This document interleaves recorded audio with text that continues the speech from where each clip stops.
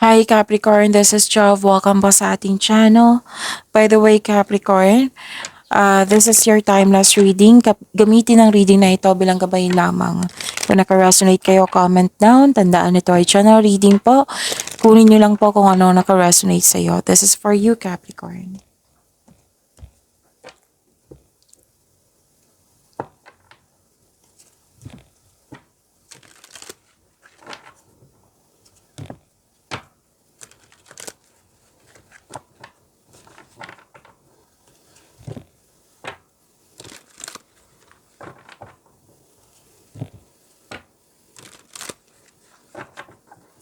Para po ito sa iyo Capricorn.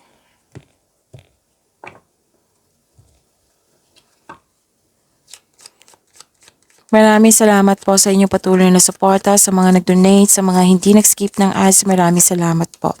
Sa mga hindi pa nag-subscribe, subscribe na po kayo at click bell notification para malaman nyo na may bago tayong video. Para sa mga gusto magpa-reading, comment po kayo ng personal reading. Again, comment kayo ng personal reading and check my reply sa comment section.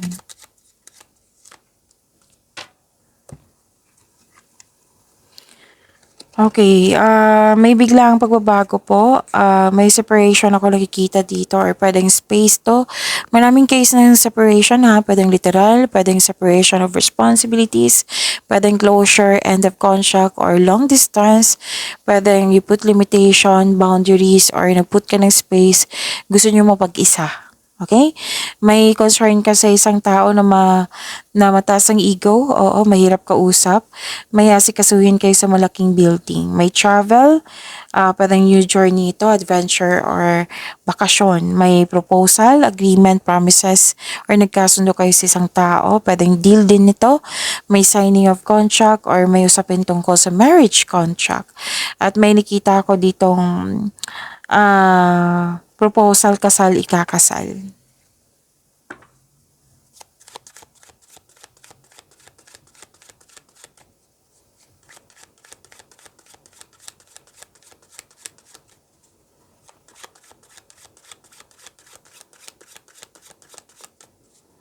Energy po ni Capricorn.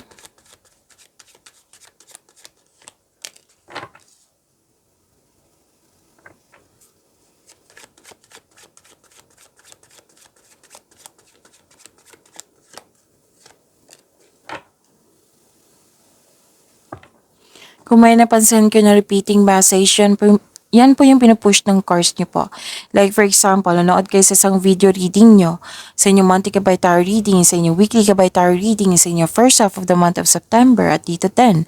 At may napansin kayo na repeating message, yan po yung pinupush ng cards na kailangan yung bigyan ng atensyon, solusyon at aksyon kung maaari po. So, ano yung energy ni Capricorn?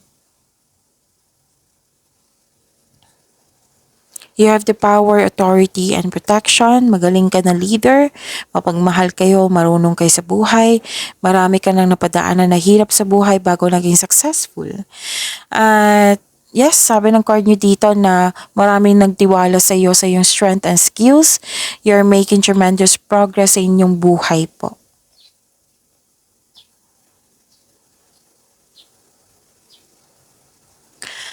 Malakas ang iyong intuition. Okay? May malalaman ka sekreto mula sa isang tao. Makinig sa inyong intuition, maaaring may panawaging spiritual na parating sa iyo.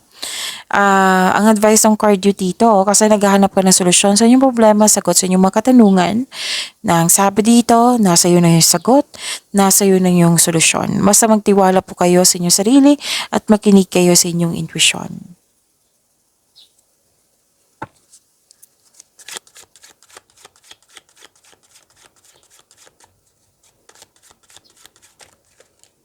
Okay, sa dalawa na ito, kunin ko na.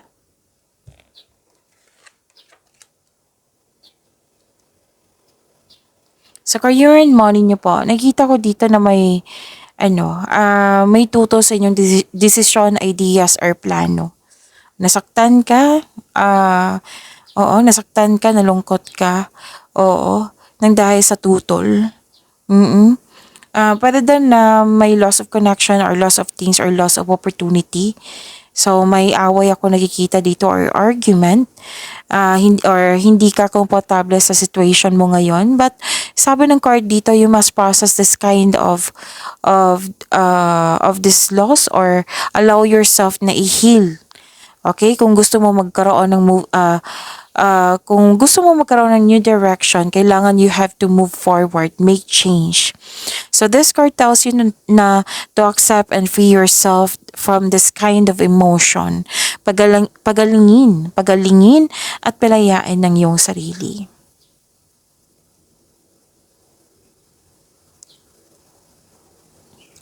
You're building stability, conserving resources. Na lumabas din siya dito, na ano tawag dito, makakatanggap ka ng regalo, alok, or pamanang parating. Kitang-kita ko yung hard work mo dito, vinavalue mo ang pera at hindi ka madamot at the same time. Ang ilan sa inyo nagtrabaho sa abroad or pwedeng may nagbibigay ng pera sa inyo galing abroad. Oo. Pwede din na conservative ka sa money at investment. Gusto mo magkaroon ng financial security kaya mas focus ka sa trabaho mo po. And you're saving money for the future or may specific goal ka na bilhin. Kaya sobrang ingat mo sa kaperahan. So this card serves as a reminder na ingatan nyo po yung ipon nyo. Anong tawag nito? I-continue po yung pagkakaroon ng disiplina sa pag-iipon ng pera. Kasi sabi ng card dito, yayaman ka. Kasi, yun nga, marunong ka humawak ng pera.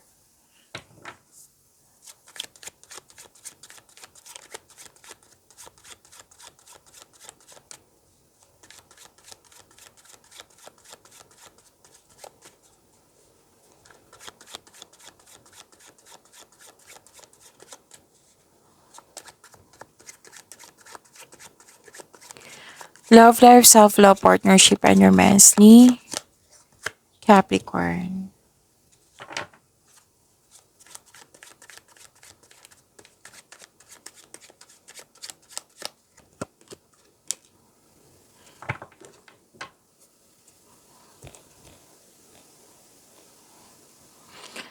Okay.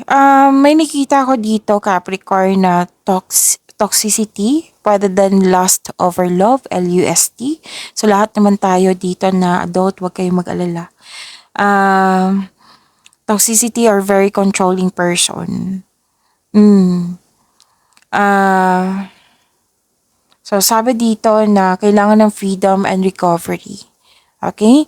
At nakikita ko rin dito na may closure, cool off or separation. Pwedeng naalala nyo to or nangyari ngayon. Pwede din na yung matagal na nagkaroon ng loss of connection sa isang tao na dating malapit sa iyo. Pwedeng may balak na bumalik sa iyo para mag-reconnect sa iyo. Pwedeng ikaw to, pwedeng siya. Pwede din may opportunity ka na nilet go mo nang dahil sa hindi mo na kailangan.